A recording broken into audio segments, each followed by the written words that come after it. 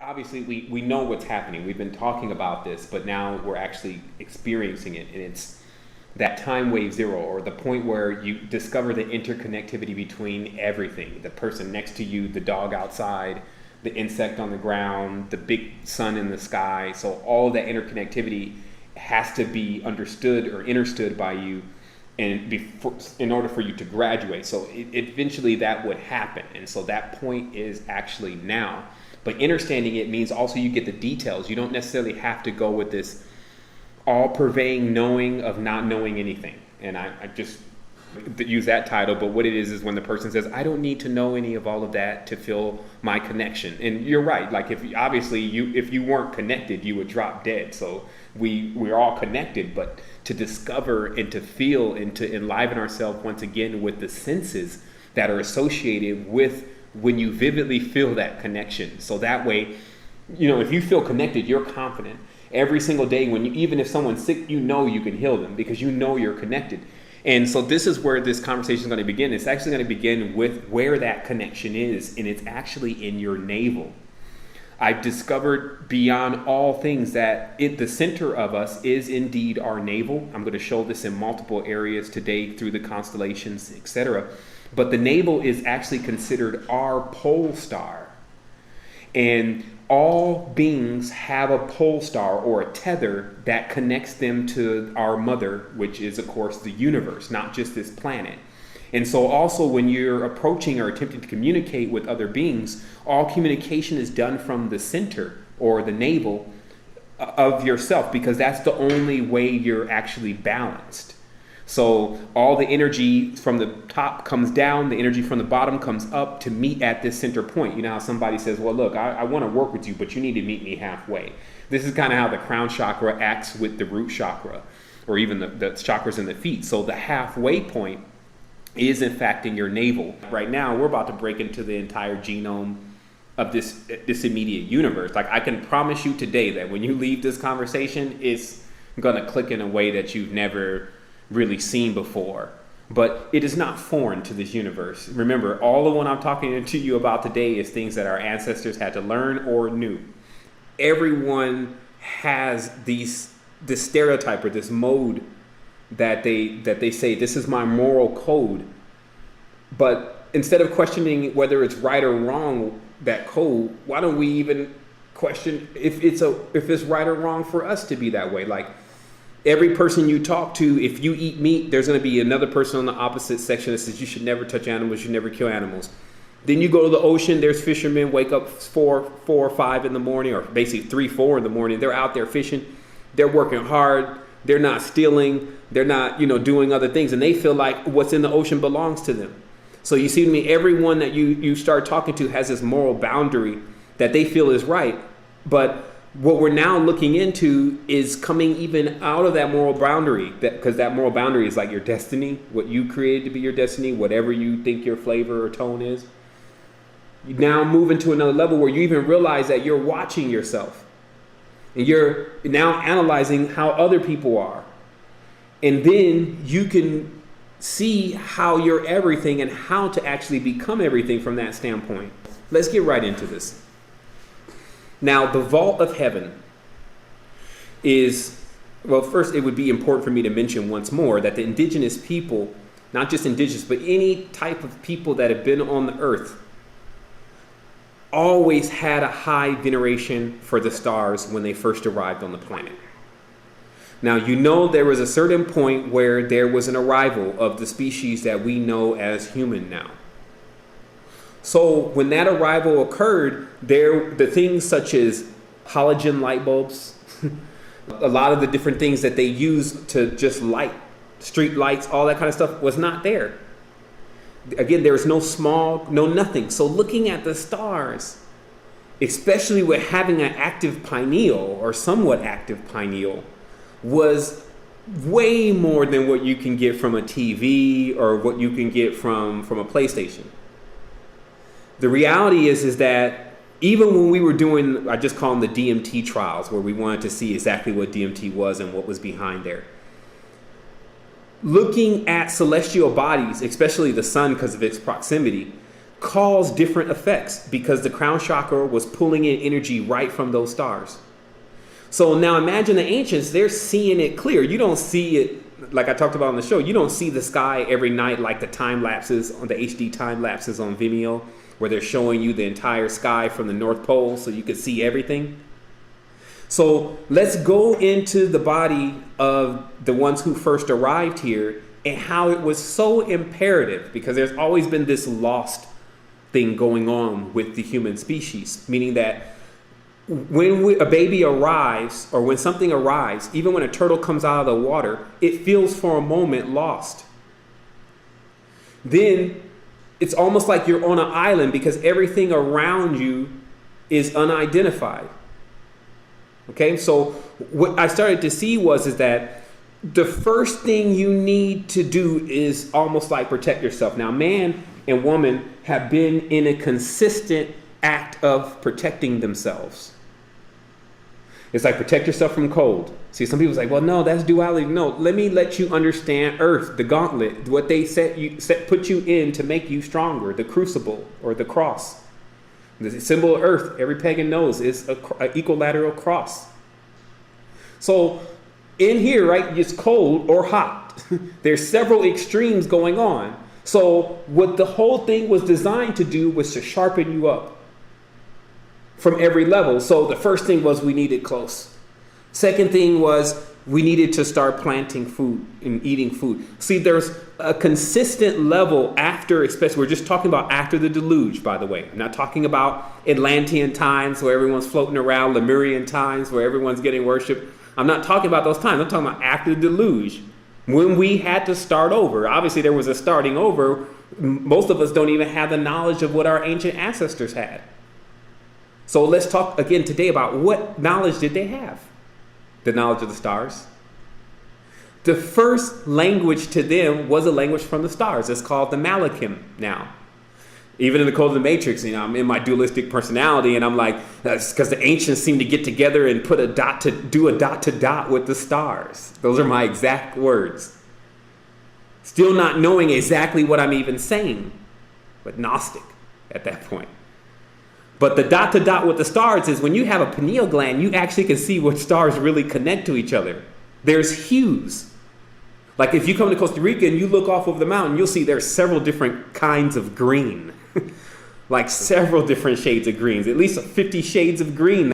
So what happens is that in the ancient time, in looking in the stars with, again, a semi-active pineal gland at least, you can see which stars were connected, and they actually made shapes that were very similar to the geometry of many of the animals and the different things that were also on the planet with us.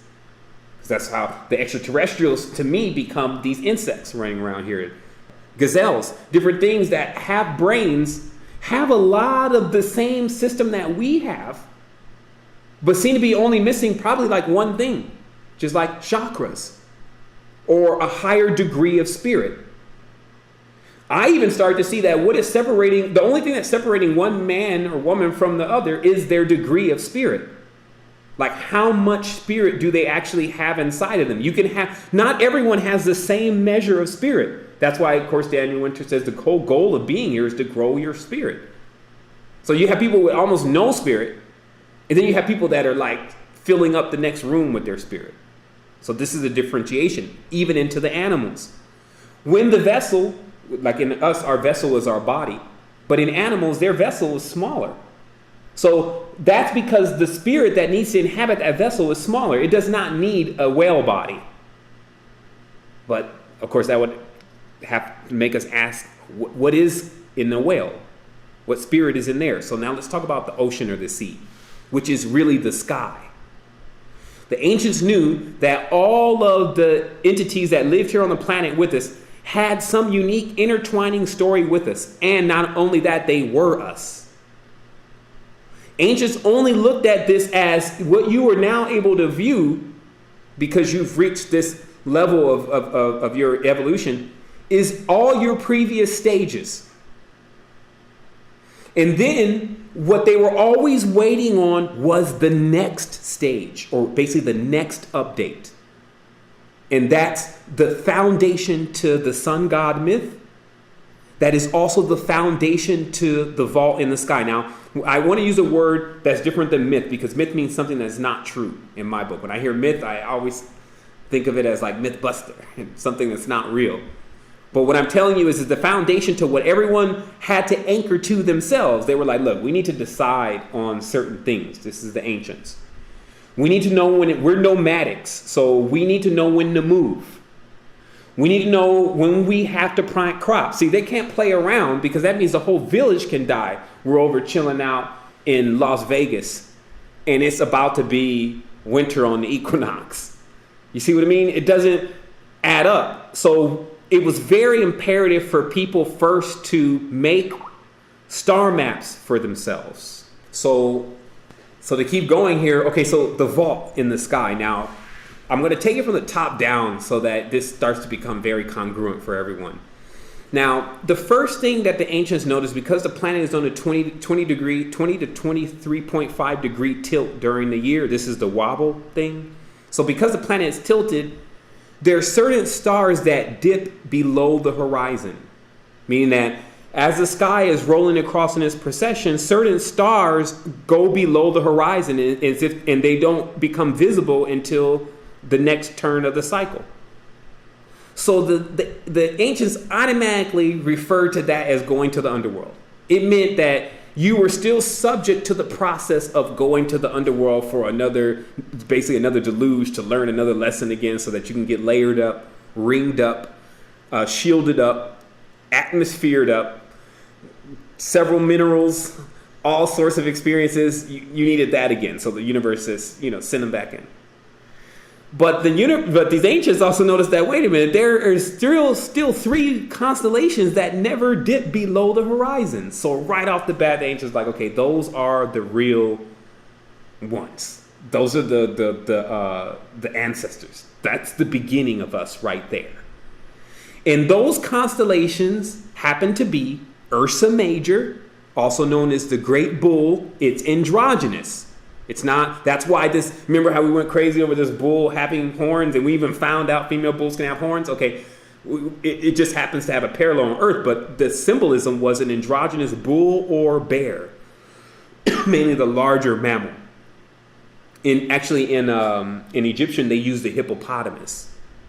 But again, this is zoomorphine, because what they're saying is they need a big womb. It's going to be very simple from here for all of us, because when someone comes talking that crazy stuff to you, it's just because they don't understand the symbolism. Then you're going to be able to enlighten them real quick to what the symbolism means. Still, of course, always let them know there's more potential in this symbolism than has ever been discovered so far. So now new minds get a chance to work on it. But the reality is that a lot of this of what we see in the reality, especially as far as animals like snakes and numbers and all that kind of stuff, have an entirely different meaning than what we've been thinking. And so it's going to be very interesting, because everyone's going to get a chance to come back down to the regular level again. Like, they're going to have to restart. Like 2 days ago, I had to restart. Like I said, someone came in the house, took the computer, left right from next to my bed. But of course, it was a symbolic thing, because I felt like right at that point, because I had figured out everything, I didn't need all that stuff anymore. Like, I just was like, okay, great, and I can start over. I don't have to worry about opening up my computer, then seeing all my old projects, and then wanting to keep finishing those projects, and then burning up all my time and trying to finish them. Now I know I really want to start over, because now I'm going to make sure it's perfect, what I'm saying. And that's going to create a perfection in myself. And I have multiple examples, so let's keep going. So to the ancients, Ursa Major, Ursa Minor, and Draco, okay? In the vault of the sky, these 3 are sitting right next to each other, and they never dip below the horizons. So that's how the formation of how this thing was going to work started with the ancient people. This is the program you're running on right now. Now, of course, the symbolism is really corrupt now. So when you see Ursa Major, you now only see the bull that Mithras is wrestling, the bull that Merrill Lynch has it there, the bear of Russia. That's all you see now of Ursa Major, because of the corruption of these symbols. Ursa Minor, known as the calf, is the entire system of the sun gods, because that is what the people are expecting. One happened in 4320 BC. The next one happened in 2160 BC. In those processions, the universe expects to go to another level. They don't look for like a Jesus to come. It's almost more to this level of what's happening here in this 2012. Everyone expects to expand. So they mourn for these times even. Like people know that, oh man, when the baby comes, basically when Ursa Major births Ursa Minor, which is something that you see in the procession, then there's going to be abundance in everything again. Now, here's where the draconian component comes in. Draco is a sheath. Draco, also known as Eve, is known to be like a cover that keeps the sun god safe. And this is where you see in the symbolism, if you look on the crowns of Anu, many of the deities, you'll always see, even with the symbol of Ouroboros, that the serpent is around a circle. Now, that circle inside is known as the egg. Some people always forget or don't even look at what is the circle that the serpent is around. It's not just eating its tail to make a circle. It's actually enclosing something, and that circle was known as the sun. So this is why the serpent became connected with woman also, because woman, when the baby is in her stomach, she is sheathing the baby. In addition, now sheath, of course, for anyone who doesn't understand that terminology, is what you put a sword inside of to protect the sword. It's the same thing with when the male has the sexual relationship with the female's vagina sheaths the penis. So this was always the symbolism of what Draco was a protector. Now, like I told you, the corruption of all the symbols, the Draco, of course, is London, the queen. And they are protecting this particular world from far greater threats. Meaning that there are bacteria and things that come in this thing and wipe everything out. So they've erected systems such as the CDC and quarantine and all these different things because there's so many particles flowing through space. We're going through areas that have not been charted by this, current species most of the time. So there's always they need to have an immediate response to any planet-ending situation. And just in the act of creating all of those things, like protection, missiles, plasma guns, dimension crawlers, astral travelers, psychic spies, in the process of creating that, there's a cause and effect. So to be the protector means you're also willing to destroy something. So you understand the whole components to Draco, of course, which became a cult too. Ursa Major became the cult of the Great Bull. This is Judaism.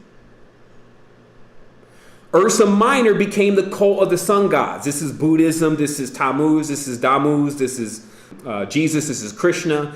Horus. Everyone has a sun god. But if you accept the sun god myth, you're basically accepting the Ursa Minor program. Then you have the cult of the black snake, Leviathan, the Kundalini energies, and which is Draco also is a fish in many essences. So that's, of course, the serpent cults. And you've seen there's definitely positive and negative sides to the multiple serpent cults that are in the world. Now, here's what happened with language. Now, most people were what we would call now pagans. Okay, I need to use the terminology that they used then. This is not my judgments, but the terminology that they used then, so you can see how the ones who could read the stars looked at those who could read the stars also, but they read it in another way. Now, let me explain this.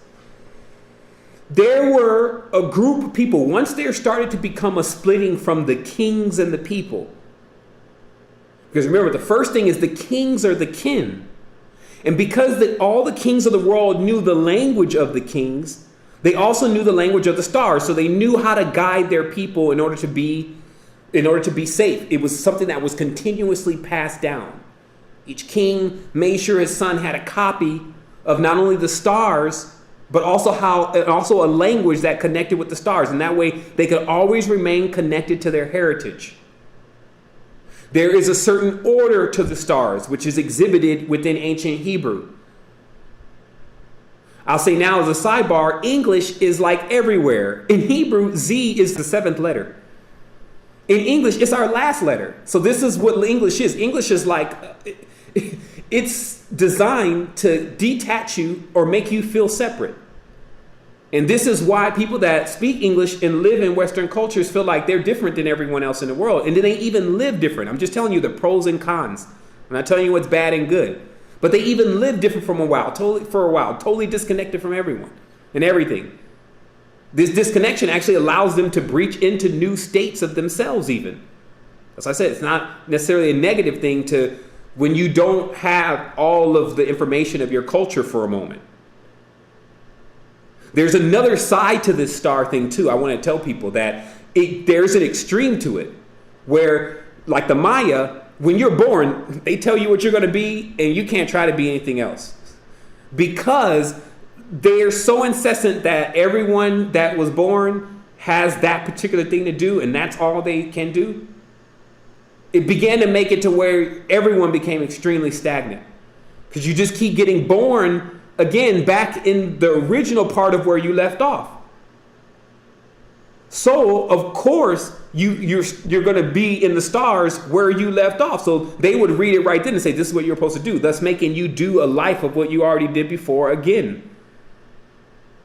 So getting deeper into this, like I said, you'll have the ability now, if you comprehend everything that's going to be said in the conversation today, to change your destiny. There were many cultures stuck in not wanting to change their destiny. They calculated their degree. That's what it's called. They calculated their degree in the beginning when they were born. It was calculated for them. And then this is what it would be like. Let's say that Samuel is calculated to be a carpenter, but very, very mischievous. Okay. This is what the stars say about Samuel. Okay. So what happened is every time when someone would come to see you, even as a baby, they would like, oh, look at him. He's already ready. Did you buy him carpenter tools? Great. He's looking good, but he's going to be mischievous. So they put that in your mind because everyone in your village knows that you're born in this thing. And because the one who's interpreting all the knowledge has told everyone what your responsibility and duty is according to the stars, which is according to his interpretation of the stars. And then from that point, everyone continues to embed you every single day with what you're going to be in the future from the time you come out of the womb.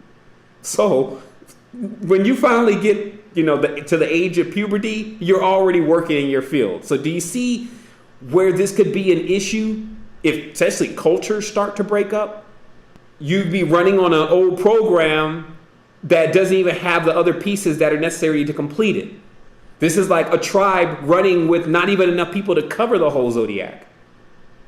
Do you know enough people to cover the entire sky? Meaning, do you know a Sagittarius? Do you know a Libra? Do you know a Scorpio? Do you know a person in every single constellation that you have full contact with and you guys are all in a circle? Because even when you guys get together, it would make a universal circle. It would be something even beyond having to believe whether it works or not. Now, here's another thing about the stars. Let me keep going with this. The amazing thing about the stars, the magical thing about the stars were always looked at as 2D, is because there are certain essences, certain things that can be done on different days that if you know the day to do them on, something mystical occurs. Now, let me explain this. If there's a day of all clarity, there's a star, something that it produces, and the essence of it is clarity. So on that day, in knowing this, and this is why the human became the tool, the pentagram, or the one to bring this out into this dimension, these powers. On that day, if a craftsman knows that this is the day of the sign of clarity and inscribed the symbol that was in the stars on a pair of glasses that he constructed with this intent, kind of like Ayurveda, the whole thing has to be done with your intent. Lo and behold, when he put on the glasses, he could see in another dimension. There is something mystical about the stars that the energy that they hold when brought from 2D, which is the symbolic dot to dot, which we're calling language, into 3D during the right time, has the ability to bring that essence right into 3D. So it just simply goes from 2D, which is like an inscription, to the language of the Malachim, into 3D, which is physicality. So now you can also get why there's such a policing on this kind of knowledge. Because the universe has so many potent powers, but it's large. Now look how many stars in the sky. So you can see how long people spent in trying to figure out what every star can do. That may be a quest that we're still on. Now, let me tell you who also understands this knowledge. Now, the individuals in London, the Parliament, the Dracos, of course they understand the stars. And that's why there was such a big interest with John Dee, Nostradamus, and these kind of individuals. Because they could tell them about things. It's almost like when you have someone that can go back and forward in time and tell you what happened, you don't seem to stop in your whole life having uses for that individual. It's always like in the middle of the night, you get up and it's like, okay, wait a minute. Let's go back to 300 BC and tell me what happened then. You see what I mean? So for the ones that are now in control of the world, they have the knowledge. And then what they did is the pagans who had the knowledge also, they started to persecute them to get rid of this knowledge. Now, let me tell you why the pagans, quote unquote, carried the pentagram. Now you're this village person, right? You're roaming through earth. You're a nomad. You have a tribe. Everyone is going by the stars, guiding themselves in this foreign territory, especially because everything hasn't been discovered yet, to where there's going to be food, where there's going to be abundance, because the stars tell you that. Now, this is a very simple system. It's not based on magic or hocus pocus. It's based on our distance from the sun. The first thing that the ancients want to know is, okay, where's it going to be hot? Where's it going to be cold? Where's it going to rain? So things will grow. Now, what we've learned now in science is that the way the earth is tilted, it tells you what areas are going to be fertile, that are going to remain most of the time the same temperature, versus the areas that are going to be hostile. Sometimes they're going to be very cold, very hot, sometimes never hot, sometimes never cold. But it's still based on the equator. So what the knowledge did for them are having the knowledge of the stars and the pentagram, which was Venus's movement through the sky. Because now the pagans don't need to know everything that's going on with Cygnus, UB 313, the planet next to us, like all these other planets that have now been identified by us in our books. They just needed to know, do we need to move? Can we stay here? Is there trouble ahead? All those things could just be determined by the stars. And they used the pentagram to do it because they could tell by where Venus was exactly where we were in the entire precession. Now, the numbers are 22 and 7. 22, which is, of course, it shows you the Hebrew language, divided by 7 equals pi, 3.14. Now, there is 100% connection between pi and phi. So if you hear the two, don't get confused. Is he talking about pi or phi? They're both so connected. They all have to do with the same type of knowledge. So what I'm telling you is that before the pagans or the indigenous could even say, hey, this is pi and phi, they were already utilizing the pentagram to measure the sky. And that's the tool they needed to do that. Now, that tool became also a tool of power. Like, if you can imagine how it's blown up now, if the ancients thought, hey, we need to be able to calculate the precession, and this is what we do. 72 degrees equals an arc of the pentagram. We can use this 72 degrees, if you understand, all these numbers have a lot to do with Kabbalah. If we use this 72 degrees, we can map over the ocean and map over land. Now, here's also what happened with the language, because some people say, well, Sevan, where do you see this in the language? Where it is in the language, like Hebrew, hieroglyphics, Sumerian, I'm going to publish papers and show you everything because I do have that knowledge and that information. What you see is when you turn their language 90 degrees, it has an exact layout of the stars. However, each star is coupled. Each letter is coupled. A is coupled. Coupled means grouped together to B. Now, in regular knowledge, you would see this as there would be no B if there wasn't A. So these two are kind of connected in some way. There would be no C if there was no C. So there's this coupling, and this is what ends up creating the story. So when they're talking about the new thing to come or the sun god to come, there's no sun god without a mother. They say, okay, well, this mother is going to be this huge cow. But we're not going to put a mother and a father because the baby is the division. We're just going to put an androgynous large animal, and it's going to birth this baby. And then when they paint Anu, the falcon-headed god, he has the sphere.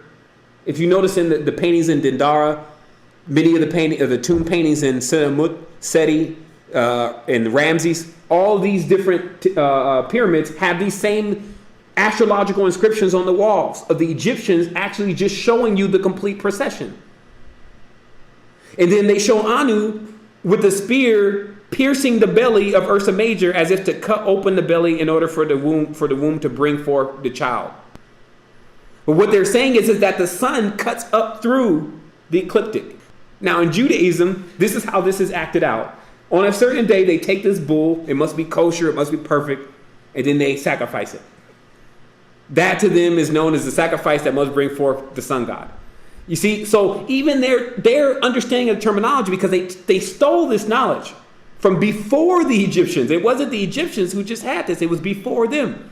So when they came in possession of the knowledge through theft, it began to be corrupted. So this is why today when you get this explanation of what these entities and beings really stand for and what they mean, Draco now becomes a bipedal hybrid interdimensional being rather than a sheath.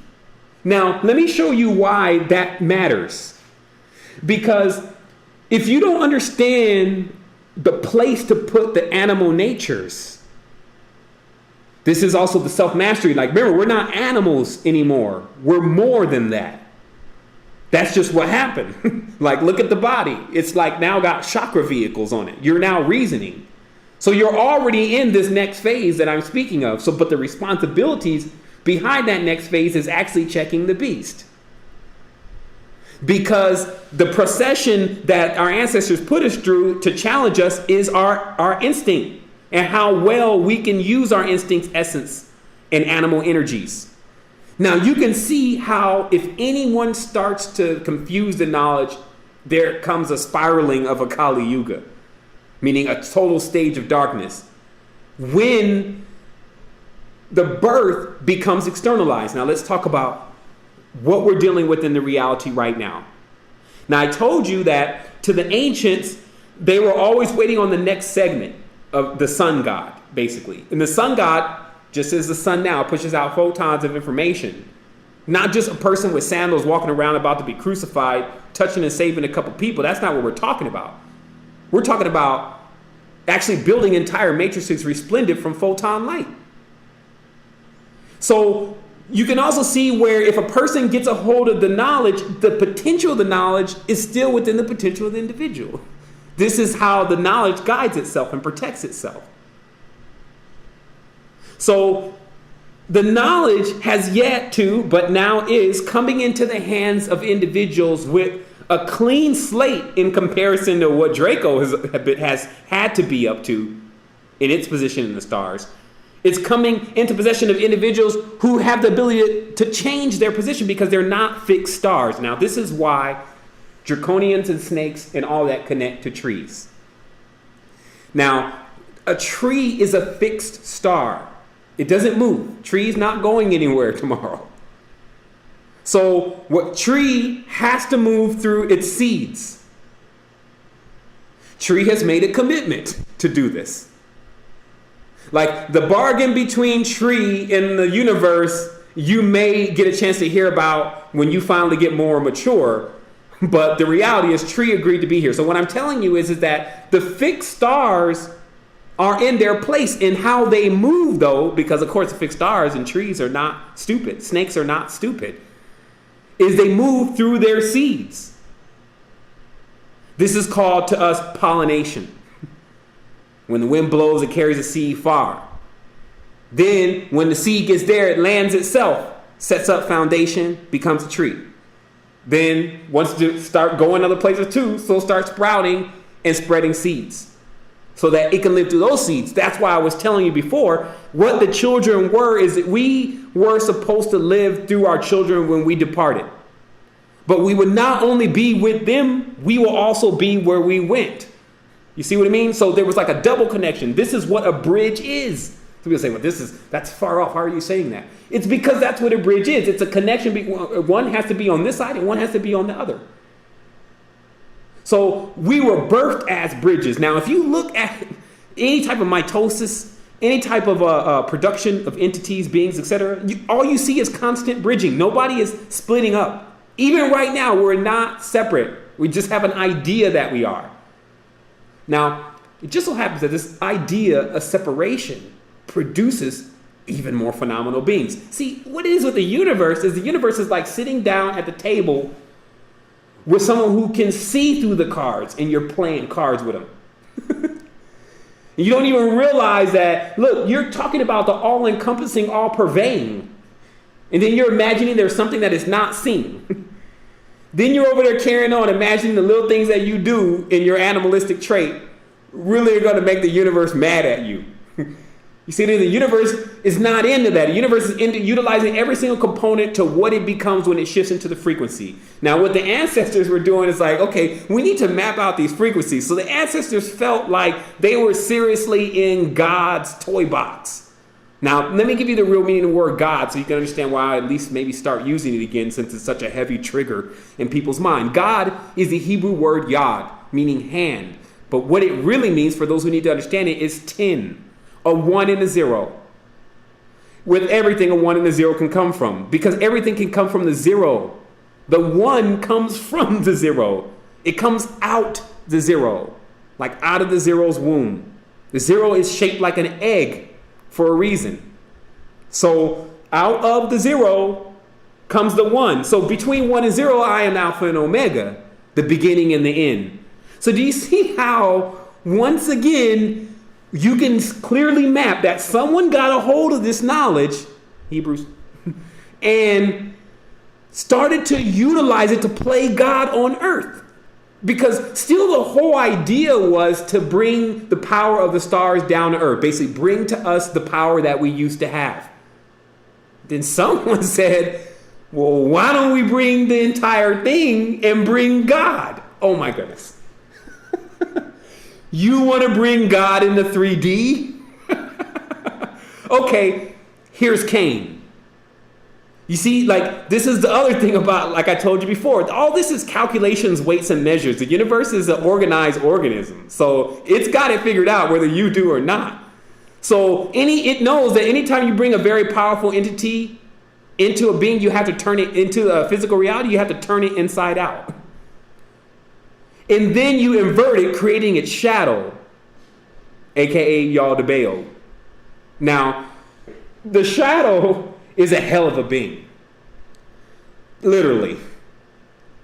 And so this is how all the rest of the worlds, like what they call a netherworld, dark matter, the unidentified, we can't hold it in a vial. We don't know where it comes from. It may be God's particle. You see, this is what they're telling you is the unexplained. However, this knowledge that we're talking about, especially with the language, it gives you the ability to actually start to grasp it. Like literally in your hands, you're holding it. Like molding it. Okay? So the Full Moon Special, in answering questions for people so they can understand how this all connects. Like I said, one of the major keys to this also is if you look at the ancient languages now, and I'll produce the books for you that you can see, you tilt them 90 degrees. Now, it's very interesting also that the tilt is 90 degrees. Why would it be so imperative to take the language of the stars, our background, our history, our identity, and turn it 90 degrees? As Dan Winter was saying, the tetrahedron casts the image of the R onto the wall at a 90-degree tilt. And also, the two-dimensional symbol of the flag of Hebrew is the draconian symbol. Okay, I can take you a little bit deeper. The draconian symbol is not just a tetrahedron, but the two-dimensional imprint of what the sky looked like when Jupiter and Saturn came into conjunction with one another. And that these people who were birthed on the earth then, let me show you how deep this works. In the stars, it showed that a lady carrying wheat would enter into Asia. Guess what? The Asians were waiting at the door. They knew it was coming. It's just like the Mayans. They knew it was time. The man with the cross was going to come over with his misunderstandings. So they accepted the goddess. China accepted the goddess. She came with wheat, which is what gave them the barley and all the different things that they need, the grain. They took her as their goddess, which was why they put the pentagram on their flag. And then they took her language, which is Chinese. Chinese is Kabbalah. I got all the documents right here. You rotate the ancient Chinese symbols 90 degrees and you get the entire procession of the stars in order. You do that with English, it starts to become hairy after C, meaning after C in the English language, or probably after B, I think, it no longer matches up to the stars. And that's why I was saying earlier, when you're speaking a language, right, that is in exact order to the stars, you're connected. You have cabal. Remember, cabal means cable. Cable means a cord or a circle. And it means a disc, basically. A program. Something that spins freely in your mind, especially if it's balanced. So then you're actually working with the universe, and you even have the tones of the universe. Okay? But then you switch, and this is the confusion of language. Like I told you, you're already here after they blew this. So we have to fix it now. But when the confusion of speech that they talk about in the Bible happened, whoever the perpetrator is, took everyone off of the language that was perfectly matched up with the stars and introduced some hogwash babble. Then had people speaking things into existence that created nothing. So thus, people became like nothing. Boring lives. No longer were the triumphs of the human species sung throughout the universe. Activated human, come on. Everything they do is on point. So this is now why there was this reign of darkness, because the darkness is over. Now it has to bathe in the full spectrum light. You come with the knowledge already. They can't tell you anything. Like tell them to rotate it 90 degrees and take a look at it again. Go to Sinamut. Go to your masters. Go in their temples. Go to Seti, Ramses, and Pindanlope. Like I said, the Ramses temples in Dindara. Go to Angkor Wat. You'll find the entire procession drawn out in the sky. And these folks think they're just paintings of the gods. All it is they show you the exact procession because that's all that meant anything to these people, because it was almost everything. The reason why I say almost is because, remember, there's some type of still stagnancy with superstition overload. But the reality is, if you know how it's going to really play out, then you actually have the potential in order to even make it do something else. You have the calculations. And this is now another thing now. Let's talk about nautics. Let's talk about the Vikings. Okay? They come over. 6 kings under Dagobert, acting like they're the only ones in the know. But what they're in possession of is that compass, which is set a 72-degree piece of a pentagram. Okay? And they're charting themselves by the stars. Because if you can calculate the arc, which is what they teach you in nautics, you can lay a 2-dimensional map down on your desk in your ship and start doing the calculations with 72 degrees equals a day and actually figure out every single thing of where you're going, where you are, where there may be more things. Like, they think they're using this equipment now. Let me show you something. They think they're using this equipment now to tell us where the gold and where all these mineral deposits really are and stuff like that. Man, that's just giving humans something to do. The gold and the mineral deposits are exactly in the same places that they've always been, because the constellation of the gold and the minerals, when it gets to the lineup, which is, again, last one, 4320, the next one, 2160, these numbers don't move, by the way, in something specific. They're calculations. Maybe this one is 2012. When that happens, once it locks up in place, standing stones are in place. Meaning that everyone likes the Stonehenge, so we'll talk about that. But the major thing is rivers such as the Nile lining up perfectly with the Milky Way. Mountain ranges lining perfectly up to the places that they correspond to. And the other reality to all of this is that this happens every year. mind you. Different days, but every year there's a lineup. And if you understood how to participate in yourself, all is self, every day, on that day, you can easily center yourself that day and gain in your next mission, birth your child.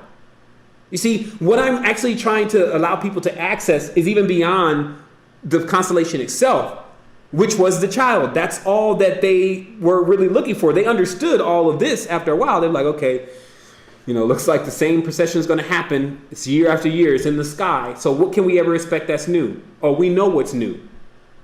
It's the sun. And so they waited for that. And that's why they took so much care of their children, because it happened every time a person had a baby. Because this entire map, let's look at it now even deeper. This entire map of the sky is also the map of you. So there's a Taurus inside of your body. Maybe they call it a torso. I don't know. There's a Draco on the man's body. You can find it if you really are looking for it. So your body was a map of the constellation too. So when the sun was born, the only thing also written in the sky was the exact process of how a woman and a man come together, and then how the baby comes into the world. And there's all these different things the baby must learn, these different wows of the world that it was going to have to go through. And here's now even where the universe gets into it, because some people say, well, the universe is doing the same thing. How's it interested in that? Well, it's because that depending on where you're born, when you're thrown into it, it's always going to produce something different from you. You're going to produce a different kind of child. When I'm saying a child also, I'm not necessarily talking about a physical baby. I'm talking about your creations. Because what this is about, like I told you again, the language of the stars and things are also about creating and bringing things into 3D. Manifestation. So you see the multiple symbolism. Like I told you, Venus connected with the pentagram, but the pentagram is connected with the mouth. Venus is connected with the mouth of desire. It means you have to ask for what you want. So the whole thing is still there. It's showing you that you birth when you talk. You speak pictograms. If your language was right, then they would immediately start birthing your manifestations. Now, here's the situation. Of course, there's a situation. There's individuals that are, of course, in possession of the knowledge, and all they keep bringing out is imperfect pentagrams. They seem to be fascinated with the Necronomicon. To bring perfection in this world actually means the end of their particular role. That's the other thing. Understand, when you take a role and you say, I want to become this, don't be surprised if the universe makes you that. This is the other thing. There were some people say, I want to be Draco, king of the earth. Done. Now you understand the whole burden of having to stay awake at every single moment, because as king of the earth, wow, you need to understand what you just signed up for. There is a lot of stuff here to actually rule over, king. And we're going to watch how overall it's not the best thing to do. There should be no king over anyone. But anyone who wants to take that role, you will take it as a burden. And that's why in the beginning of the movie of The Queen, I think it's called The Queen, 2009, it says, heavy is the head that wears the crown. Because in reality, there's no rest. So while these people are always teaching all the time, yeah, you should be the king of everything and blah, blah, blah, they don't know anything about what they're talking about. The best thing that you can do is start to map up, first of all, triangulate yourself. Figure out where exactly you are in the constellation. Then start regrouping yourself to a certain degree and understanding that this is real. This is real from the sense of not that you're going to die and bad things are going to happen to you. No, real from the sense that you have a real shot here, kid. You have a real shot to actually go beyond anything that anyone's been talking about.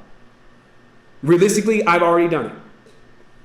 It just to show people that it's just when we decide to do it. Because when you made that decision that, you know what, I want to go further. Then all of a sudden, we start linking up. Seriously showing when the student is ready, the master appears. And by the way, I'm not the master. I'm the student.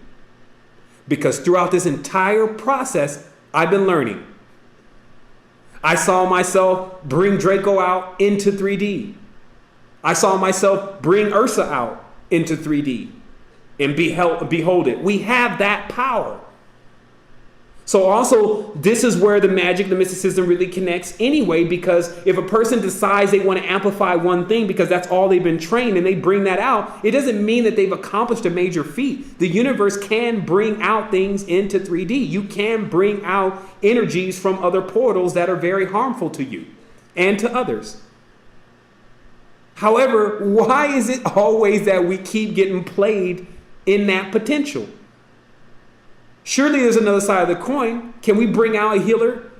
Can blow breath spray down this whole block? Cause all these people to act like, they just received something rather than that they want to take everything? You see what I mean? So bring that out.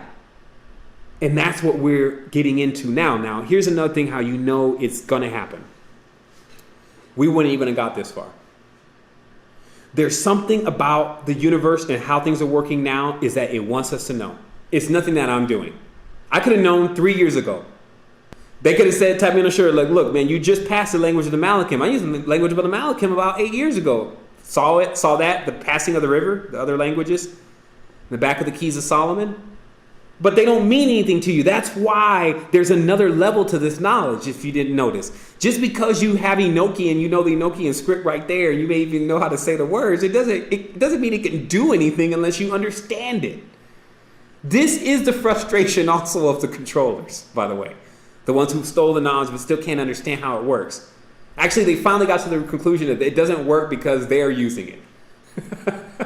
That was their big revelation. The experiment itself, all ethereal energies are guided by the individual's mind that is in possession of them.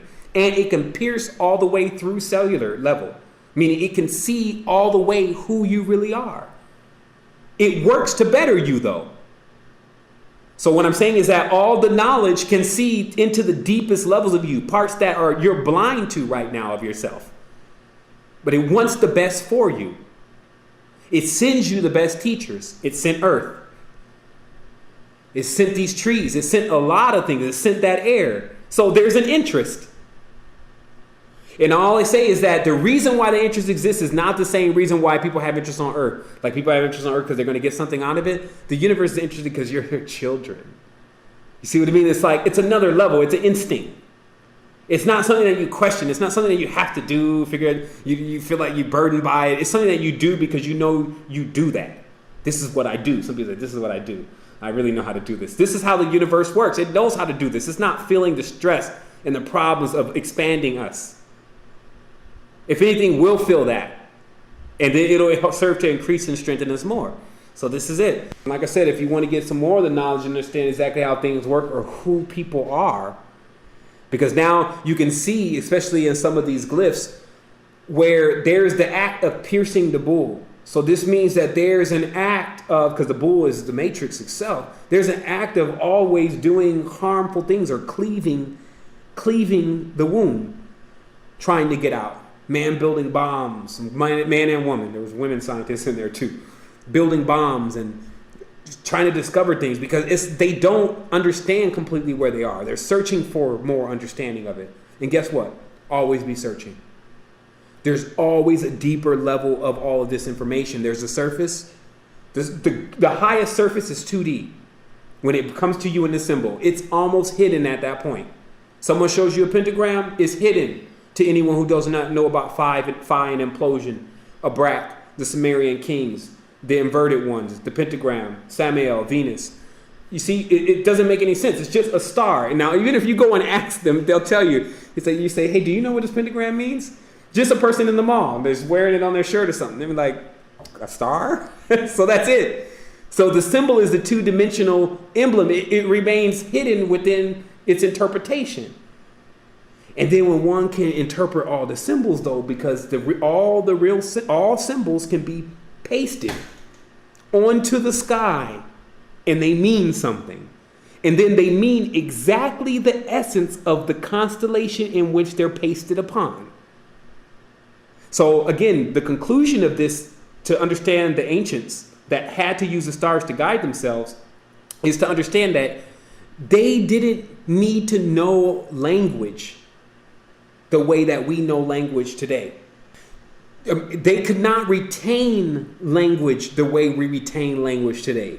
They simplified it. So now if I went to an ancient Persian and say, yo, Libra's in conjunction with Scorpio, let's go. It's time, the major awakening has arrived. You would know what I was talking about. Today, if I say to someone, Virgo's in conjunction with Jupiter, I don't even think this is a good time to invest. Now they're like, what are you, a witch or something? You see what I mean? So this is where all of that comes from. All the different hate, all the lost knowledge, all the misinterpretations, all the zoomorphications with the animals now being brought out into 3D by man's own inventions of his mind, concentrating his energy on bringing things out that have nothing to do with our expansion, but everything to do with our foundation.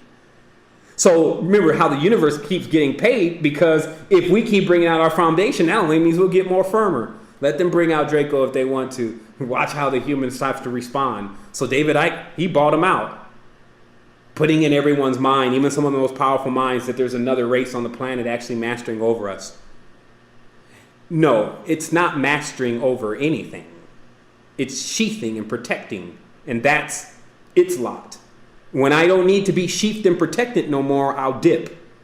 That's how it works. Until then, keep sheathing and protecting. No clue what's out there. You see what I mean? Like, you have to understand each pieces. That's why the Pharaoh, you see him with the serpent on the crown. But if you notice on that serpent, behind it, there is a circle, meaning that it's protecting just the egg, nothing more. Serpent's not running anything any more than human would be running anything. You see what I mean? Especially not as much as human is running anything. But when we take the symbolism, we start to confuse the symbolism, which again already happened. We bring this symbolism out externally and fall down and worship it. Look at the sun god got brought down into the external reality, into a picture, and we fell down as a race. Races of people fell down, worship themselves. It's just a process that we're all going through. To move beyond it is to understand what's real. What is real? And to find what is real, it's written in the stars. It's what happens. It's not something that just started because you got here, et cetera, et cetera. The planet, they keep giving numbers 80 billion years. Obviously, this is a cycle. I had a dream the other morning, and it seemed to last at least 3 days, but it was only 5 minutes. So this is what I'm talking about. Your map. You get the languages. You see the connectivity. You don't even have to go and learn the language. You can go to the picture glyph after that. Go look at the actual two-dimensional imprint that the ancestors left to show you the procession. Then all of the externalized monsters are quelled right at that point. Again, you realize who Dagon is, the fish god, Capricorn, the goat. You realize all of who these beings are. And whether another individual chose to bring him in 3D or not still has nothing to do with the major picture. As you can see, it's a very active time to get this, because, well, just go ahead, because like in the beginning of Zeitgeist, I'll say this last thing also. Remember what gave Zeitgeist so much steam? And this is what I'm just talking to everyone on this line, man, because you all have something to do. Like there's something phenomenal you can do. Instantly you start to feel the current that's associated with when you start to reveal this kind of knowledge. Because look at what Zeitgeist did. In the beginning, the main thing that really made people keep watching Zeitgeist is they showed just one part of the solar myth. That the entire dates and everything that were corresponding with Christmas and all that stuff with Jesus was astrological. After that, people were like shocked. Look, notice how these were the same pagans that knew everything about the symbols, but because of the oppression, they don't know anything about the symbols. So anytime they show one thing, like there's more than one Messiah and it's all dates and things in the sky, they're like, man, this person must know everything. Then they sit down and watch, only to be backdoored in the Venus Project, which is what the Zeitgeist movement ended up boiling themselves down to. Branson even stepped in, Mr. Virgin himself. So the same individuals keep shortcoming humanity's progress. So what we do is we send out more individuals into the world in a brute force. Meaning that if it can't get handled because Avatar needs to come and the Avatar is like one person and he's stuck in Guam somewhere, in a palace maybe, you bring out multiple people everywhere with Avatar status, the ability to activate, the ability to understand the stars, the ability to understand where they are, to understand the symbolism that they got trapped in also. That's another big thing. Many people are headlong going in the wrong direction with how they interpret the symbolism and how they've set up energies into their lives to be their God. Like, this is the main thing about worshiping the stars and being misled by the stars. Now, this is what was a term that was actually used. Misled by the stars, meaning that if you don't know what you're doing with the compass and 72 degrees and the mathematics of the tetrahedron, 144, 22 divided by 7, the phi, and the golden mean, the ratials, and the actual curve or the arc that's on the vesica, if you don't know what that even is, if you touch this stuff and then imagine you're going to go predict something to someone, watch out. Because what happens is if you think you're right and you happen to be wrong, you're about to bring something out that is distorted or incorrect. This means that when you predict to someone now, oh yeah, I know everything about the stars, or I have this connection, I'm a channeler. And then you predict to someone and you're not using the tools that were given to us by our ancestors, which is how you calculate the sky. It's not a maybe, it has to be exact. Because guess what? If the reason why the ancestors use the calculations in perfection about where they want to go is because it could cost everyone their life, or at least a lot of time. We got Zumbatwe high on the ayahuasca over here, deciding that he wants to calculate the stars for us, but does not know anything about the sextant and the compasses and the symbols that the fathers left to us. He calculates that we're supposed to be going to Shasta at this point. We all freeze and die in Shasta. You see what I mean? It happens. So this is why the system was universal. That way someone could go check what Umbatwe was saying. And be like, okay, wait a minute. I think you made a mathematical error because it may have been ayahuasca, but I'm not hating you or anything. But look right here. There was a path we were supposed to take. And if we take that if we get there and it's not enough time, then we won't make it. You see what I mean? So all of these things cost us our lives. So this is why everyone became really serious at first about making sure they got this right. Now there's a huge margin for error. There's so many buffer zones. It's almost like, and I'll tell you, it's called smothering, where everyone has become a child. This is when Draco, which again is a sheath, it's a womb, it's Eve, does not birth the child, does not want to let the child go. And this is basically what you see with the mother when she doesn't want to let her child out of the womb. She doesn't think he's going to get hurt, baby. No, you can't go outside today. It's raining out there. You see? So there's this protective thing that gets also obsessive. And ultimately, a person that is like that, or a being that is like that, what they do is they attempt to handicap you. Meaning they omit something. Make sure you don't learn something that is vital to you going beyond. So you don't even have the ability to go beyond. They want you to stay here. So understand that that is also going on. The reality of this knowledge is powerful in the sense that it makes you a real traveler. You do have the guide to the universe. And then the dreams change rapidly. Like my dreams are just insane. It's like every night I'm on a different world. And guess what? Most people are still there. Like I think the other thing that we're messing up in understanding is that everything is here now. Once Earth's gone, we're already setting up another kind of Earth just to go to that one.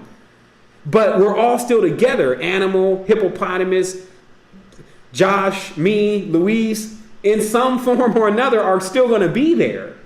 So this also lets us know that, look, right now, the whole manifestation of us having fun can start to begin. Because guess what? This is forever. See, now forever scares people. And I talked about this before about 2 months ago, where if you really did get into deep meditation where you could start tapping into some of the things that you say and what they really mean, life is supposed to last forever. Immortality of the soul. So, man, we better start finding some stuff to do because this is just going to get boring after a while. If you think about it, like it's almost like you have to sit back for a moment, especially if you're not a really expanded person, and really think if that is a benefit for us to be immortal or a curse. Now you see some of the plight of the other beings. It is almost a curse to them now because of them refusing to expand their mind of the idea that they will never be able to end this. They go insane on the idea. This is when, if you want a parallel of it, this is when an individual sees something like an apparition. It's clear, it's there, but they refuse that they saw it because they just can't handle it. It's like even to imagine that would be there would crumble the entire foundation of everything they built up on sand. This is the other thing. You build a firm foundation. These animalistic energies, they're mass. It's what we use as a launch pad. It gives us that strength. Once we know how to tame the bull and ride on its back, what does this mean? You see Jesus Christ now coming into the city on the back of an ass. This is how they change the symbolism. Back in the day, big Zelasutra coming through on an androgynous cow. You see what I mean? Or actually something like a buffalo. So this is how mankind is weakened, is that the symbolism is taken from its original state and then put in its domesticated state. Hello, I'm like dropping the real knowledge right now. The domesticated state of the symbolism. First is Uru, big horns, the whole nine, big womb, about to birth a strong child to guide humanity into the next level. Now, shoot, there wasn't even an immaculate conception announced by Gabriel, the angel of the moon, and then the child comes, he gets beat up, then thrown on the cross and killed, then has to agree to just hang out in the other dimension, and that's where he'll be able to do something when he can come back. The story gets all screwed up. You see what I mean? This is not fuel for our children. Because they connect it to them, even on a subconscious level. They don't see the separation. You see a degree of the separation, not even all. You're not the most separate person. So they tell you there's a degree of separation. Some people feel like I'm on the good side. This is so funny to me. There's degrees of separation. Some people be like, I'm with the church, okay? And then the next degree of separation is like, I'm with my people, right? And then next degree, I'm with this culture. And then next degree, this is my country, my motherland. Next degree, this is my planet. Next degree, but just the humans on the planet. Next, you see, it's this constant foolishness, which I'm telling you, you can cut through all this. You're everything. Like, whatever that means. I'm not going positive and negative with you. There is a whole spectrum here, so I'm sure you'll get something crazy if you go off on one of them polar ends too tough. But I'm just showing you, you're still everything. Nothing's going to change that. So, the navel, that's your communication center. But serious, from here, from your center, what's up? Because that's what, this is all about. And I feel enlivened again because the cable connects. Because what happens is that when you get off into all this knowledge that doesn't really connect, you can't connect it in places and it starts not to make sense. Then you start bringing out these energies into an external reality. They start being shadows and stuff running around. See, the power of the human body, because it's a pentagram, is a gate. So if the person starts to think unbalanced, they're going to bring out a shadow first. This could be running around. I see shadows. I see white orbs. It's like, man, you need to get your manifestation system together because we're trying to get something in 3D physical now. These folks need help. They're in Gaza right now being beat down by Draco for no other reason besides he killed their brother.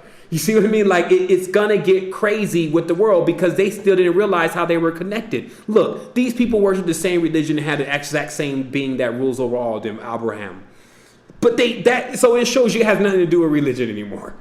Right there shows you it has nothing to do with these people wanting to be spiritual, but everything to do with them wanting to exact vengeance. And that's why what they consider as God has become them. This is the same thing with the Christianity. But in Islam, they are Allah. They don't understand, but they give lava to drink. They have very scrupulous stipulations, heavy levels of racism. They are limited to ascending the tree. They're trapped on Mars. In mind state. You see what I mean? The horn or the crescent moon has encompassed them. And they cannot release themselves. You see? So there's a real situation going on playing around on Earth. You see what I mean? You're playing around in this, you wait for one more click of the clock. There's no telling where you'll be at when you pop up from the Stargate. What you can be is you can be right there when it's being created. If you can move fast enough, you can run head to head with the creators. And you're talking immense energy, but again, I'm an optimist. So the reality is moving so fast, it's already breached parts of the future that it's dealing with now to make sure that we get there. You see what I mean? Understanding the different delegations of the responsibilities. In this case, it'd be the hero, the one who needs to leave the tribe to go and find space because the tribe is continuously expanding. So they must leave to go find new grounds. And then when they come back, they say, hey, I found over there, and I'm explaining in indigenous terms, I found over there a lot of abundance. It's, 100 days walk for the village, but we should go there. So you see, one goes for first, make sure that goes find the place that everyone is going to be in a better position in, and then comes back with that information so that they can get there. So on multiple levels, we see this happening right now in our world, where we're stepping up into like a futuristic role of our indigenous responsibilities. What we're really talking about is that when you cease to have a shadow.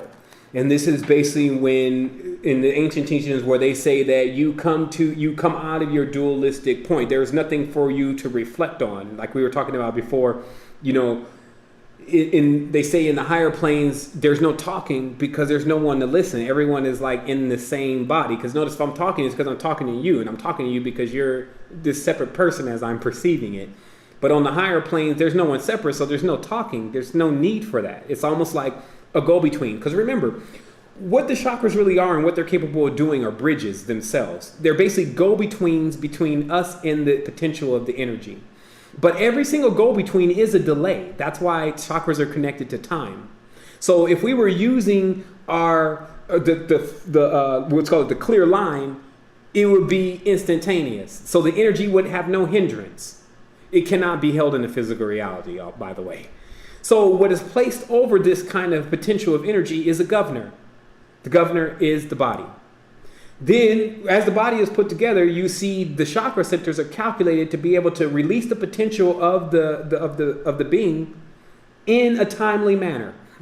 When this happens, though, because this is a being of light, the delay now, since you have to, now be hindered to learn the potential of your energy, creates a shadow. It creates basically a smear of who you are. So, because of our intelligence, a smear of who you are would be intelligent too. You see what I mean? It's not like we're these dumb beings, we don't have, and nobody ever put any thought into create us. We don't have no shadow. See what I mean? What's happening is that we're so intelligent, we even have a shadow. Because we're like, hey, there's supposed to be a reflection of me. Now, how this works because now you have these individuals using the same word to explain the same thing. Like, is it the shadow or is it the demon? So what I just explained to you first is I explained to you the metaphysical metaphor for what the shadow is. Now, if I went from cultural standings, they'll tell you that you are a hyperdimensional being, and thus you have an entity that exists on every single level, mainly three. The higher state or the oversoul, the state of how you are in physicality on earth, your presence, and also your shadow or your netherworld correspondence as your ground. So when you embrace your shadow according to these terms, that means you actually embrace your past. Or your past no longer becomes what you feel like is your stumbling block, or the bad part about you, or basically your darkness and what made you not perfect, and all of this weird stuff that keeps being concocted as individuals continue to try to understand the abyss, which is what? Trying to understand self. So what the shadow really is, in the terminology and getting in touch with the shadow, is actually to finally know the truth, which is that there's no separation. Then the shadow ceases to exist. So thus, everything that corresponds with the shadow, because the shadow is also seen as separate, it's also seen as dark, all that no longer ceases to exist in the person's mind.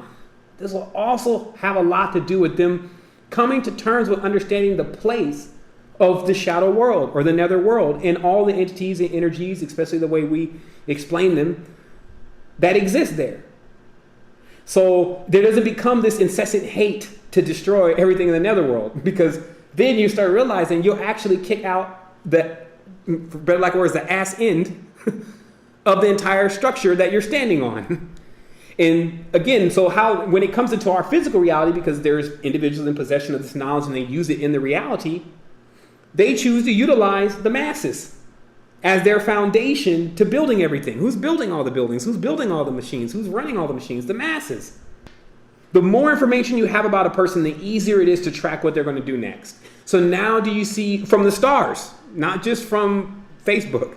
So now do you see why it is so imperative also for them to know what we're doing at every single moment? It's not just they want to follow us around and, they want to oppress us. It's a whole nother thing. In understanding the stars, they must understand us and why we do what we do.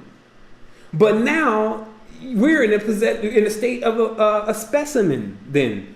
People experimenting on us. And that's why this whole story is pushed about, humanity being an experiment, humanity being created and engineered to do work for higher beings. We don't have to be created and engineered to do that. That's what we're doing anyway. Even the ones that created, if there was other beings that created the human to do that, they were also doing that too. The moment you take a breath, you're doing it. Because the person gets the information one piece at a time, it changes how they feel and think about things for that moment. So if you're told that you were creation by higher beings in order to assist them in mining and developing things, some people may say, well, that means I'm a slave. While another person may say, well, that means I'm a mother. Because it's the exact same thing. If you are designed and created to produce and maintain life, did you tell me the bad part yet? You see what I mean? So what's happening is that bottlenecking in the potential of this. And this is where we get to free things up, because now we're in this futuristic world. We've seen the other spectrum of things. We saw when things were even supposed to get better. And then we're now seeing that, okay, there's really just basic principles to this. And when we install those principles again within us, potential is endless. Because these are almost like in the movie Hugo, you finding the key to your body. Notice in Hugo, the key was the symbol of a heart. A heart is the symbol of Venus. Venus, the pentagram, the apple, all the rest of that. So the reason why that heart was shaped like a key, because they're saying that once you understand, and they now notice the symbolism has gotten so encrypted, people don't even know what a heart means. A heart symbol is not shaped like a heart. So why does it have anything to do with a heart? Well, the heart symbol is the Vive. It's the symbol of Venus. Venus is the chakra of the heart. So that's what a heart means. So when they show a heart as a key, what they're saying is the pentagram is the key. But a key to what? It's a sextant. It's a compass. It's a key to actually charting or plotting your way through the universe and Innerverse. But if you take it out of context at any point, and that's what the other thing about powerful knowledge, at any point, if you take the tool and you miscalculate, man, it starts what we call a vicious cycle. Now, in this theory of centrifugal and centrifugal force, which means either spinning in one direction or another, if you happen with this kind of energy to turn it in the wrong direction, you spin in that wrong direction for a while. And how this plays out in the physical reality is we call it the vicious cycle. This is when a person can't do right because they must feed their kids who they had with an individual that also was the person that they're not weren't supposed to be with, but they were with them that night because they wanted that gratification. But then the other person, you see, so this is called a vicious cycle because there's several reasons why things are occurring. But what the person is experiencing is just the things that are occurring. They don't even have a bearing anymore on how this mess got started. You see what I mean? This is the power and the ability. You shoot something and now it hits something. And now you have to basically deal with whether it's the damages. You see what I mean? So this is what we're really talking about. The potential of what we've been dealing with has been encased inside of this sphere, meaning the potential of what we are capable of doing, especially with our body, has been placed into this sphere, whether you call it the aura alone, whether you call the body, which is, again, the pentagram, the perfect circle, or you call it the earth, which is also a sphere with several layers that not only keep things from the outside from disturbing you, but also keeping the things in the inside from disturbing what's on the outside. Why? Because the potential to what someone can do here is pretty much limitless if they were running on the proper program, for better lack of words, the proper languages and proper understanding. So this makes it necessary to shield other things from our potential until we completely understand how to use it. Are you pushing yourself to your potential? And now, of course, many of us, including myself, don't think that I'm at the full potential and capacity of who I am. I'm just working on it. You have to agree to go back to school. You already went through a world of having a language. You talk. So now you just have to get to the specifics about how that's rolling in the sky. Now, of course, this connects to tarot. It connects to every single major system of learning. So then what happens at this point? Like, you'll notice that everything changes because you're literally approaching your balance from an entirely different level. Instead of even doing it through the breathing techniques, instead of doing it through the many different ways that you can attempt to achieve balance, you're now going actually into the programming. This will be you programming in mind over matter. We're just trying it this way now. Mind over matter would be you need now to use your mind to determine exactly where you are. But this is possible. See, now before, even 2 weeks ago, 3 weeks ago, for us specifically, it wasn't possible. We were close.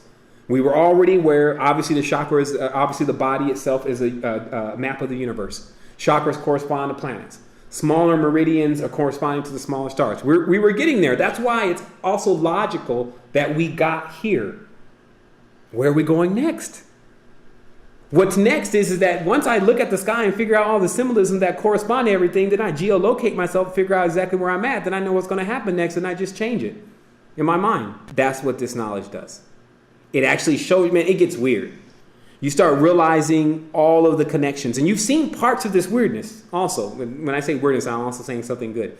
You've seen parts of this weirdness already. It's let you understand more of yourself. It's even separated you in a certain sense from individuals who are not seeing self. The goal of many people that are on this phone, they want to do work for others. They like, I'm straight, really. I do want to learn more, but I also want to assist other people with this knowledge. How can I do that? This is the tools. Because what happens is that whatever level you can deal with the person on. You know the universal knowledge now. So if they're off into one externalized meaning of something, you can put the wand out, neutralize it with that. If they're dealing with a specific ailment or something, because remember, we talked about how biochemical cell salts also cross over into zodiacal signs in order to cure hereditary ailments. So when I'm done, because remember, I'm just getting started. When I'm done, I'll actually have the universal map of how to neutralize sickness, how to discover current or currency, energy within self, how to pull into free cycles of energy, what to do specifically on certain days with results that are not as mystical anymore, where the person is like now saying, oh, I'm a predictor. I'm going to tell you what you should do tomorrow, and you do this and you'll prosper. And the person does it, they prosper, and they come back, oh, you're their God. And then the person, yes, I am. See, it won't be that kind of party. Because remember, that is the world we're living in now. Most people are only looking to hypnotize others so girls fall in love with them. They're only looking to do certain things that equal still more of their stagnancy. And we recognize that now. The true potential, the most a person can ever really give you the energy that is associated with compassion and a deep love within themselves for you, is to heal them. You will notice when an individual is sick, and they are sick, even if they know it or don't know it or not, but I'm now talking physically sick. If you come with caudacious and you're able to cure them of their sickness, that's the only thing that really means something to them at that point, because it's vivid and physical. So this gives you the vivid and physical tools to do things and assist people. You can come with your bag of cell salts and be able to do things for people if that's your desire. So, but what I'm saying is, first, don't think that you can do this without understanding this system. Many people have tried that and have failed. That is exactly the problem. Everyone stopped going to school, basically. The real schools. Now, the schools we go to is teaching us things that they don't apply to this. Look at what I'm telling you today about the stars and the knowledge and how to plot out the course to determine everything that's going to happen next for you and where you need to be in your life. Your navigation tool, not everyone else's. I'm not talking about everyone else here. I'm talking about you. But that is not what you're taught in school. So it shows you that, again, the reality is already got something going on with it that needs to be fixed, but it's happening.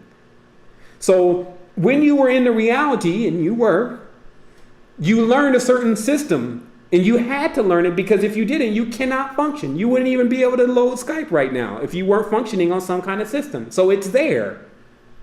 I'm telling you it's flawed. And I'm also showing you a more superior system. The potential of it is endless, just as endless as the energy of perpetual energy. It doesn't stop. That's why this whole immortality thing comes into play.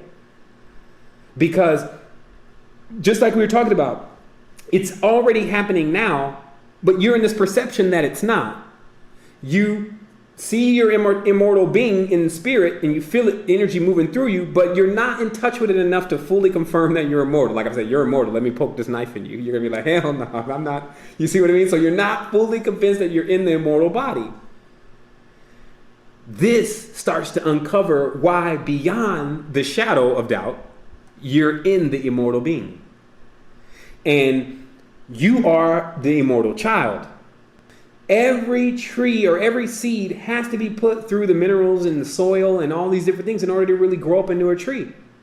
So this is the minerals in the soil, the seeds. Where does this elements and essence come from? I'll show you in science. It comes from the stars. They show you that this kind of stuff, these debris and these chemicals, they blow all over Earth, and they even fertilize things themselves, and they later on become certain minerals and compounds, etc. So will not language do the same thing? Is that not the fertilization of your mind then? Of course it is. So would not finding the correct language actually make the mind more fertile and abundant? Of course it will. Have we been using the right language? No, sir. It has not been happening. This English language is completely designed to keep a person separate and disconnected and feeling weird. This is why it's being taught to everyone in the world. And I'll get it mapped out to the T. If I make it a life quest, I'll do it. But how it works is, just to explain it very simple, is that when you go to A to B, remember A and B are coupled. So then when you go to C and D, it swings around to C and D. If you understand what's going on in the constellation, I'm using the English language here, but it swings around to C and D. It doesn't just go into the same direction. It may go back into another direction. But you'll watch this in the sky. So this is how they determine that there is an order to these symbols. It's not A, B, C, D, E, F, G. Like, that's out of order. G is the third letter. You see what I mean? So what I'm showing you is that this is why there's such a heavy level of confusion with everyone, is because their language is put in a specific order that is probably evoking a different kind of energy that is foreign to them. Meaning that, now let's say you plotted this all out. You looked on in the Hebrew, and you went from Aleph to the last letter, and then you drew it all out in the stars, and you will see the perfect cycle of the procession. That's your first part of the project. Now, let's say you take English language, which has obviously more letters, so now you need to figure out what are the correspondence to those letters in Hebrew. And then you find them, but you still lay English out in the exact same order that it is in, but you switch it to Hebrew letters. Then you take that and you plot it out onto the same map that you did with the ancient Hebrew language, and see what procession it's making. And what you'll probably notice through this is that the procession is only going through constellations that are out of order. Meaning that you go through Aleph first, so they at least make sure you get birthed. That's why they call it alphabet, because the only important letters are alpha and beta. Okay? The mother and the child is what A and B are. To them, everything else comes from that. So C, D, E, F, G, H, I, J, K, all that is now the plotting procession of the program that they want to make you think you've been through, and actually no, you went to Cygnus first. Then we'll make them go to Cygnus first and get this energy. This was how it would kind of come out. We'll make them go to Cygnus first and get this energy. Then we'll send them to Draco next. And then actually we'll send them to Draco 2 times to make them think that Draco is the king constellation. Then we'll send them to Cassiopeia and let them see the hardships. Then we'll send them to, you see, so this is how the language is mapped out with A, B, C, D, E, F, G. It's sending you to different constellations in your mind. Because when you have this language, you also have the building blocks and how to pull them apart. You cut laser then, meaning you actually design your reality with the proper tool you need to be using. Do you think that we go and put together perfect temples with regular, crude, rudimentary tools? No, we use lasers and different things with exact precision. So what that would equal is you learning the language that is exactly how things are put together. Now you are manifesting with precision. What you get is exactly what you asked for. Now we're using this stone caveman's tool to form and shape our reality. And so we can only be surprised. We cannot be surprised why most of the time it comes out in unexpectation, confusion, etc., because it's not a circle. It's a plotted out course through the constellations in the order that they want you to go to equal a certain level of your growth. Now, what did the Germans say? Give us a child and we can turn him into any kind of man. What they mean is that the baby is highly affected by the language that the baby learns. When I'm talking about a constellation switch, when you're living in the same house in the same place for a long time, you're in that constellation. I'm not saying that it's a positive or negative thing, but remember, you're in a specific constellation.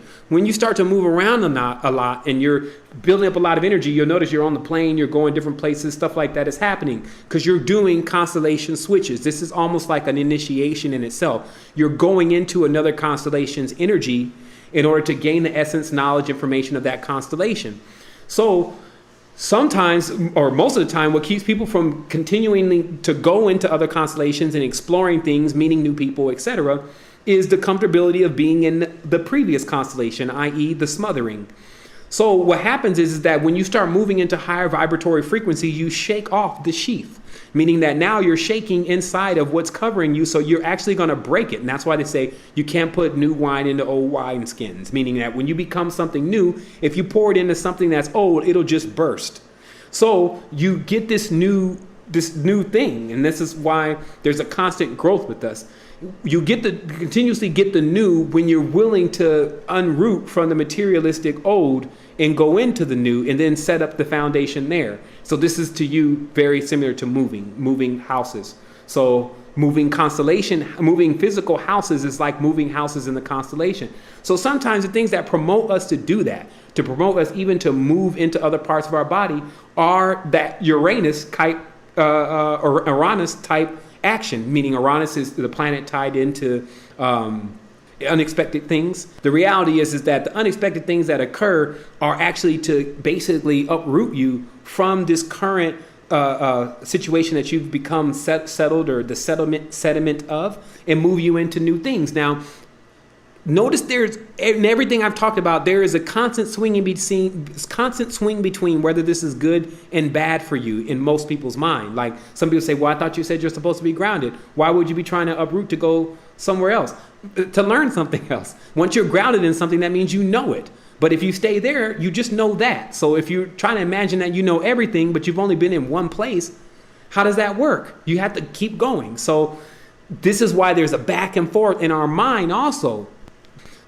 You see what I mean? It's like it's another level of things. It's like you're only decreasing the time of how long it takes you to keep leveling up.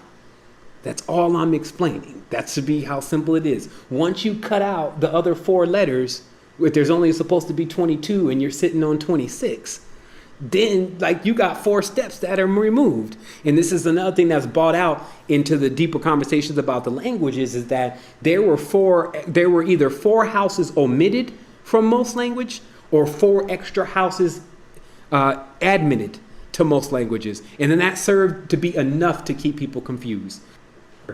When you're not operating on the right information, that's where it comes from, the word ma-ra. And at the first time when I saw that ma-ra, I knew, okay, this is obviously a powerful word because those are 2 powerful words. And then they were like, no, Sevan, it's actually Rama, and you've heard of him. And that's actually an individual that is known to create dimensions, create illusions, etc. But if you really understood it, it's just light and matter. And light and matter creates steam. Steam is mist. Mist is mystical. Mystical is the illusion. So, what else do you need to learn about this if you want to learn about mysticism? Because you said you wanted to be mystical. Now, I'm just trying to tell you what the magus really does. So That's it. So it's almost like once you find what everyone has been hinging their whole thing on, you can just like solve it. Like, look, this is what it really means, but what else you got? Like, we already ran through that whole thing, but what else do you got? And you'll find the only thing that they've been missing is the key to everything. What are they even trying to get? It's like, has people centered themselves for a moment? Like I was asked in the beginning of this, as they said to me, what do you really want? And I said, man, I never even really thought about it. I was so busy trying to make contact that I didn't even know what I wanted to make contact for. They say that's exactly the thing, because you need intention. Intention is like your guidance of this UFO. When you say something, that's what you intend to have. So what are you saying? And then you realize you ain't saying nothing. You haven't even stepped up to the plate. And this is why most of the times when the real knowledge of what can get a person to the next level is produced to them, sometimes they'll find themselves waiting for a moment before they even accept that knowledge or even try to understand that knowledge. It's almost like if success came and knocked on your door, you'll be surprised that you weren't waiting on it to knock on your door. It was still about you because success was already there. It was just about how much passion, desire, and will you have still within you to actually access it. Now, here's a deeper level. With the language, you're not going to have much power and desire and will on a wobbly wheel. The wheel is wobbly. It's not economic. So what needs to happen is you get access to this more ergonomic wheel of how to manipulate the energy within your body by coming to a complete understanding of what it is that you actually want by knowing what you're saying. So if these people think for one moment, including you and including me, that we understand the full power to all these words that we're saying, we're mistaken. I found out 3 days ago, we're mistaken. We don't even really know how it maps up with the proper energies that are in the sky, but we're still alive. So that means we can now go and at least correct our mistakes, which I'm a big fan of doing.